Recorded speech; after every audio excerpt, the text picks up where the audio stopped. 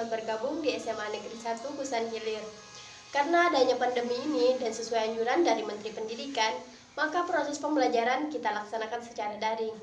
Walaupun pembelajaran ini kita laksanakan secara daring, saya harapkan kalian tetap semangat untuk terus menimba ilmu, karena yang namanya belajar bisa dilaksanakan di mana saja dan kapan saja.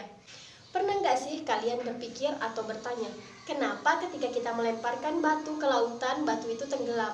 Namun, kapal yang memiliki massa jauh lebih besar dari batu bisa mengapung. Nah, ini akan kita pelajari di fisika. Bayangkan mempelajari fisika itu kayak kalian menjadi detektif. Dengan jejak-jejak yang ada, kita menelusuri kenapa suatu fenomena bisa terjadi. Fisika. Ketika mendengar kata fisika, apa nih yang ada dalam benak atau pikiran kalian? Fisika itu apa sih? Serta apa mempelajari fisika? Fisika. Ya, dunia kita diatur oleh fisika. Gravitasi yang menarik seluruh planet di alam semesta, pesawat terbang bertonton yang bisa melayang dan tak jatuh dari langit, sepeda yang bisa terus melaju seimbang, semuanya diatur oleh fisika. Ia bisa sebegitu luasnya karena fisika itu adalah ilmu yang membongkar bagaimana dunia alam semesta kita bekerja. Mulai dari materi terkecil di alam semesta hingga objek super raksasa seperti galaksi, mencoba menelusuri awal lahirnya semesta ini hingga memprediksi akhir dari semuanya. Tapi juga membantu bagaimana hal sehari-hari bisa bekerja, termasuk juga untuk hal-hal yang menembus batas masuk akal. Fisika adalah ilmu tentang segalanya.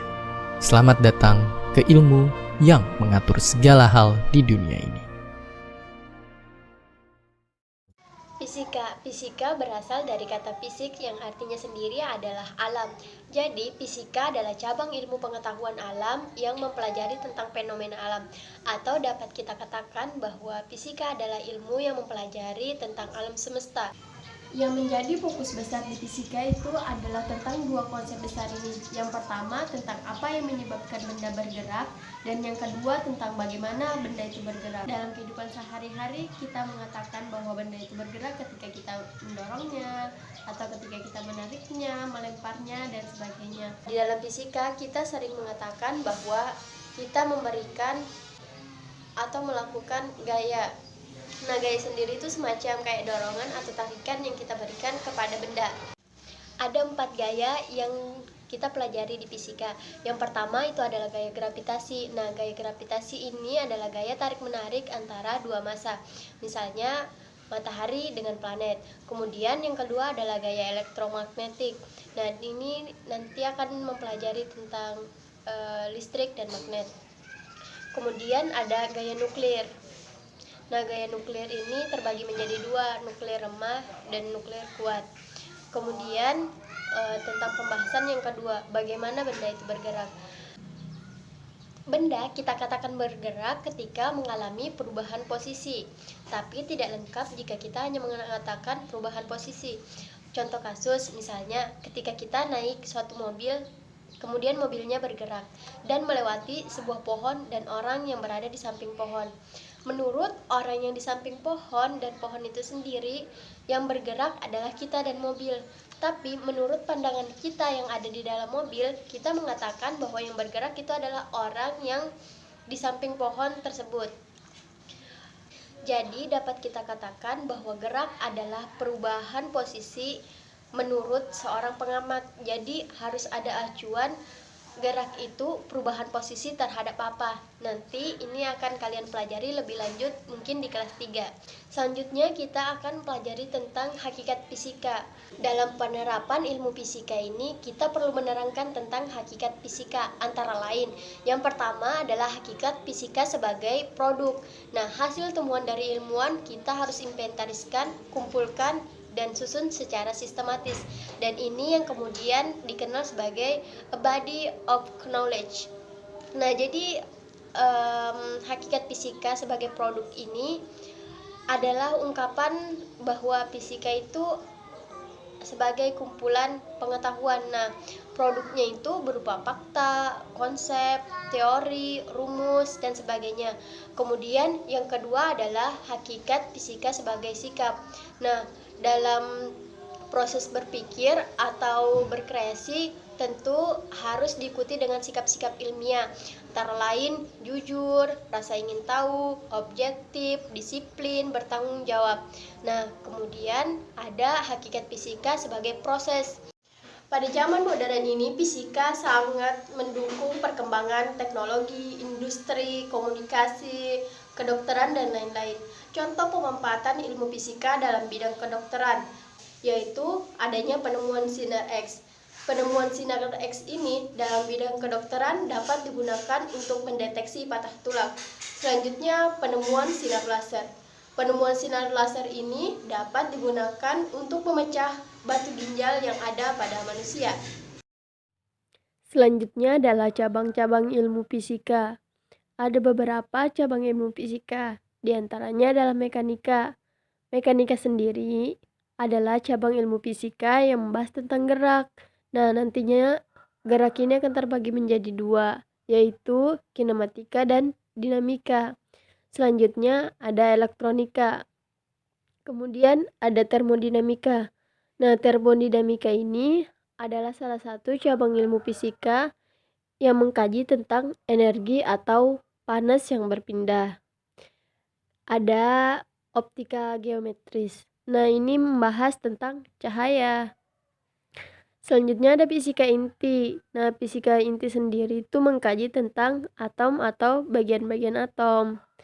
Selanjutnya ada fisika kuantum. Nah, fisika kuantum sendiri adalah cabang ilmu fisika yang menggantikan mekanika klasik pada tataran atom atau subatom. Dan masih banyak lagi cabang-cabang ilmu fisika lainnya. Selanjutnya adalah metode ilmiah. Nah, apa sih metode ilmiah itu? Jadi, metode ilmiah adalah langkah kerja yang dilakukan oleh peneliti dalam menjawab masalah yang ada. Nah, adapun pengertian metode ilmiah yang dikembangkan oleh Francis Bacon yaitu serangkaian langkah berupa identifikasi masalah, pengumpulan data, memilih data, merumuskan hipotesis dan dugaan sementara, menguji hipotesis, dan mengonfirmasi hipotesis ilmiah apabila terdapat temuan-temuan baru dalam eksperimen yang dilakukan. Atau secara singkatnya, metode ilmiah itu adalah langkah ilmiah yang dilakukan secara sistematis dan berurut. Ada beberapa nih kriteria metode ilmiah, karena kegiatan ilmiah dapat dikatakan ilmiah jika menggunakan metode ilmiah. Kita lihat beberapa kriteria metode ilmiah berikut. Yang pertama, berdasarkan fakta dan bersifat objektif. Jadi, keterangan-keterangan yang diperoleh, dikumpulkan dan dianalisis harus berdasarkan fakta, bukan hayalan. Kemudian yang kedua adalah bebas dari prasangka. Jadi, harus sesuai kenyataan. Kemudian, berdasarkan prinsip-prinsip analisis. Nah, prinsip analisis ini akan membantu mengemukakan jawaban secara logis. Selanjutnya adalah melalui proses hipotesis. Hipotesis sendiri diperlukan untuk membantu jalan pikiran sesuai dengan arah tujuan yang dicapai.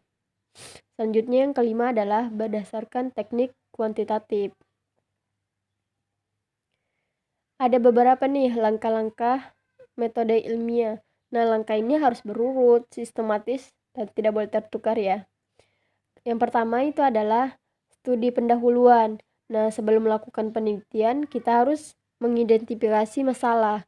Jadi, memilih masalah apa yang akan kita angkat dalam penelitian. Nah, untuk menemukan masalah ilmiah, bisa kita lakukan dengan melihat penelitian-penelitian sebelumnya.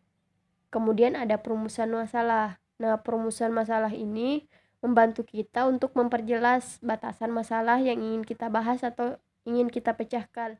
Nah, biasanya dimulai dengan kalimat tanya yang bersifat terbuka. Yang ketiga, ada pengumpulan informasi. Nah, pengumpulan informasi sendiri bertujuan untuk memperoleh pengetahuan atau informasi.